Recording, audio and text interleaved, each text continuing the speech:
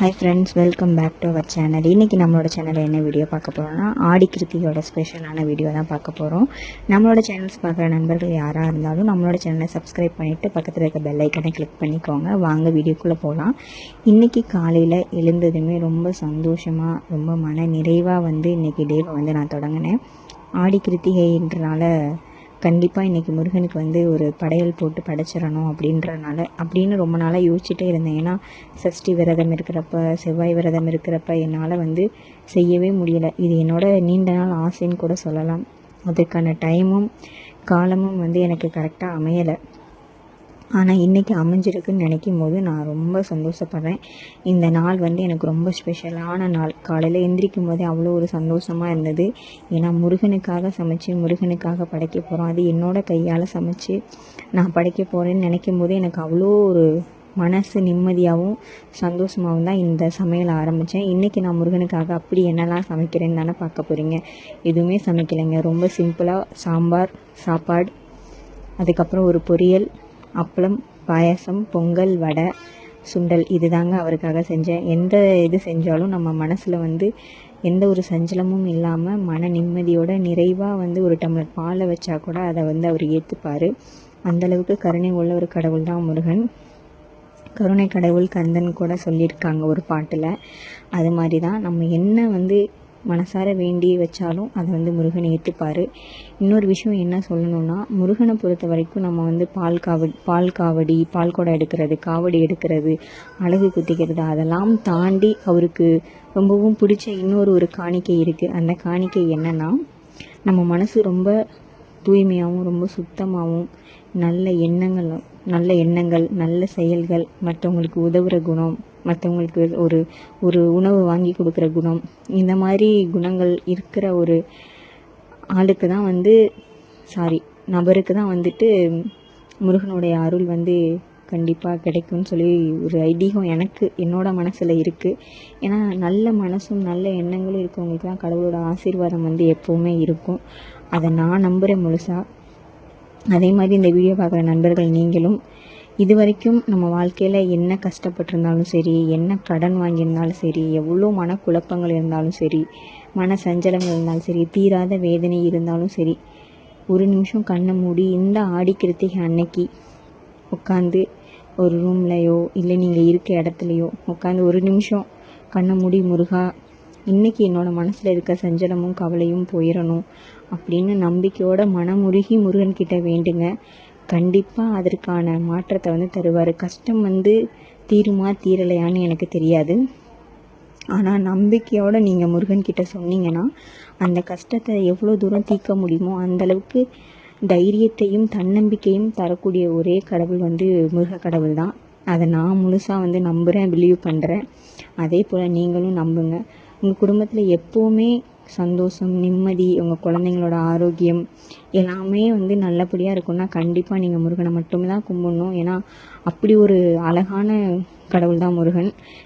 உங்களுக்கு குழந்தை வர வேண்டும்னா முருகனை தான் கும்பிடணும்.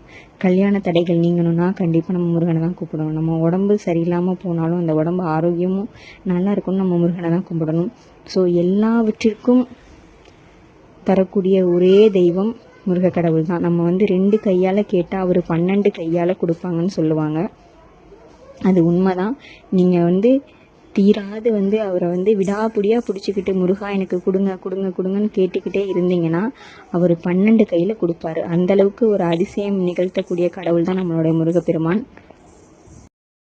நான் எனக்காக எப்போவுமே முருகன்கிட்ட வேண்டிக்கிட்டதே இல்லை. எனக்கு அதை கொடுங்க இதை கொடுங்க அப்படின்னு நான் எப்போயுமே எனக்காக வேண்டிக்கிட்டதே இல்லை. ஆனால் என் குழந்தைக்காகவும் என் ஹஸ்பண்ட்காகவும் நான் எப்போவுமே முருகன்கிட்ட வேண்டிகிட்டே இருப்பேன். கடவுளே என் குழந்தை நல்லபடியாக இருக்கணும், அவளுக்கு உடம்பு சரியில்லாமல் போகக்கூடாது, அவள் நல்ல ஆரோக்கியத்தோடையும் நல்ல சந்தோஷமாக இருக்கணும், அவளுக்கு மட்டும் எந்த ஒரு பிரச்சனையும் வந்துடாமல் நீங்கள் தான்ப்பா பார்த்துக்கணும்னு சொல்லி ஒரு டைமும் நான் வேண்டியிருக்கேன். அதே மாதிரி தான் ஒரு டைம் பாப்பாவுக்கு பயங்கரமான ஃபீவர். அந்த ஃபீவரை கண்ட்ரோலே பண்ண முடியல. ட்ரிப்ஸ் எல்லாம் போடுற அளவுக்கு ஒரு ஃபீவர். முருகனை வேண்டிக்கிட்டு ஒரு 11 ரூபா முடிஞ்சு வச்சேன். முருகா நாளைக்கு காலையில் நான் எந்திரிக்கும் போது என் குழந்தைக்கு இந்த ஃபீவர் இருந்துடவே கூடாதுன்னு சொல்லிட்டு நான் வேண்டிட்டு முடிஞ்சு வச்சேன். அதே மாதிரி என் தங்கத்துக்கு ஃபீவர் நின்றுச்சு. அன்னைக்கு வந்து என் மனசில் வந்து முருகன் இன்னுமே ரொம்ப ஆழமாக வந்து பதிய ஆரம்பிச்சிட்டாரு, ரொம்ப பிடிக்க ஆரம்பிச்சிட்டாரு, ரொம்ப நேசிக்க ஆரம்பித்தேன் நான் முருகனை. முருகன் மேலே எனக்கு அந்தளவுக்கு நம்பிக்கை வந்து ஆரம்பித்ததே அந்த ஒரு விஷயத்துக்கு அப்புறம் தான். நான் ரொம்ப பிலீவ் பண்ண ஆரம்பித்தேன், எனக்கு ரொம்ப பிடிச்ச ஆரம்பித்தது அதுக்கப்புறம் தான்.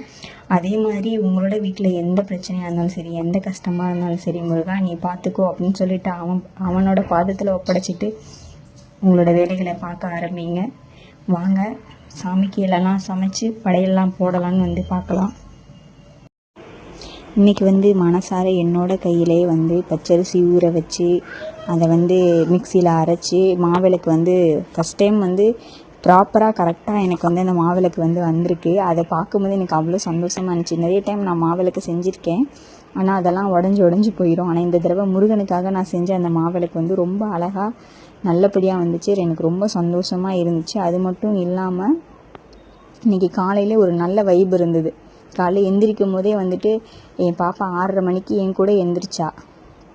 யோசித்தேன், ஆடடா 6:30 மணிக்கெல்லாம் எந்திரிச்சிட்டாலே, எப்படா நம்ம சமைக்க போகிறோம், எப்படா நம்ம படையல் போட போகிறோம், இவளோட சேட்டைகள் வந்து தாங்காது. ஏன்னா அவள் எந்திரிச்சிட்டானா என்னை விடவே மாட்டா, என்னை பிடிச்சிக்கிட்டே தான் இருப்பாள், ஒரு வேலை கூட செய்ய விட மாட்டா. இவளை வச்சுக்கிட்டு நம்ம இன்றைக்கி எப்படி சமைச்சு முருகனுக்கு வந்து நம்ம படையல் போட போகிறோம் அப்படின்னு சொல்லிட்டு நான் ஒரு பயத்தோடே தான் இருந்தேன்.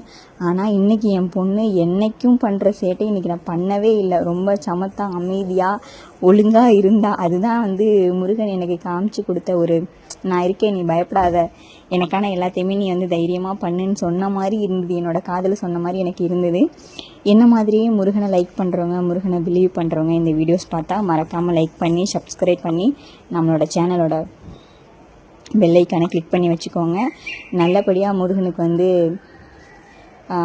செவ்வரளி பூவை வந்து நானே கட்டின பூ, செவ்வரளி பூ குட்டி முருகனுக்கும் வச்சுட்டு, பெரிய முருகன் படத்துக்கும் ஃபோட்டோ வச்சுட்டு, வேலுக்கு லெமன்லாம் குத்தி வச்சுட்டு, அப்படியே வந்து தேங்காய் வாழைப்பழம்லாம் உடச்சிட்டு மாவிளக்கு ஏற்றி படையல் போட்டு இன்றைக்கான நாள் வந்து ரொம்ப சூப்பராக சிறப்பாக வந்து அவருக்கான படையலை வந்து கொடுத்துட்டேன். எனக்கு ரொம்ப சந்தோஷம், மன நிம்மதியாக நிறைவாக இருந்தது இன்றைக்கி அவருக்கு படையல் போட்டது. Thank you, tata, bye bye. நம்மளோட சேனலை மறக்காமல் சப்ஸ்கிரைப் பண்ணிவிட்டு வீடியோஸ் பாருங்கள். முருகனோட அருள் எப்போவுமே உங்களுக்கும் சரி, உங்கள் குடும்பத்தாருக்கும் சரி, வீடியோ பார்க்குற நண்பர்கள் அனைவருக்குமே முருகனோட அருள் வந்து கிடைக்கும். அதுக்காக முருகன்கிட்ட நான் உங்களுக்காக வேண்டிக்கிறேன். Thank you, tata, bye bye. ஏதாவது பேச்சில் பிழை இருந்தால் மன்னித்து கொள்ளவும், மன்னியுங்கள்.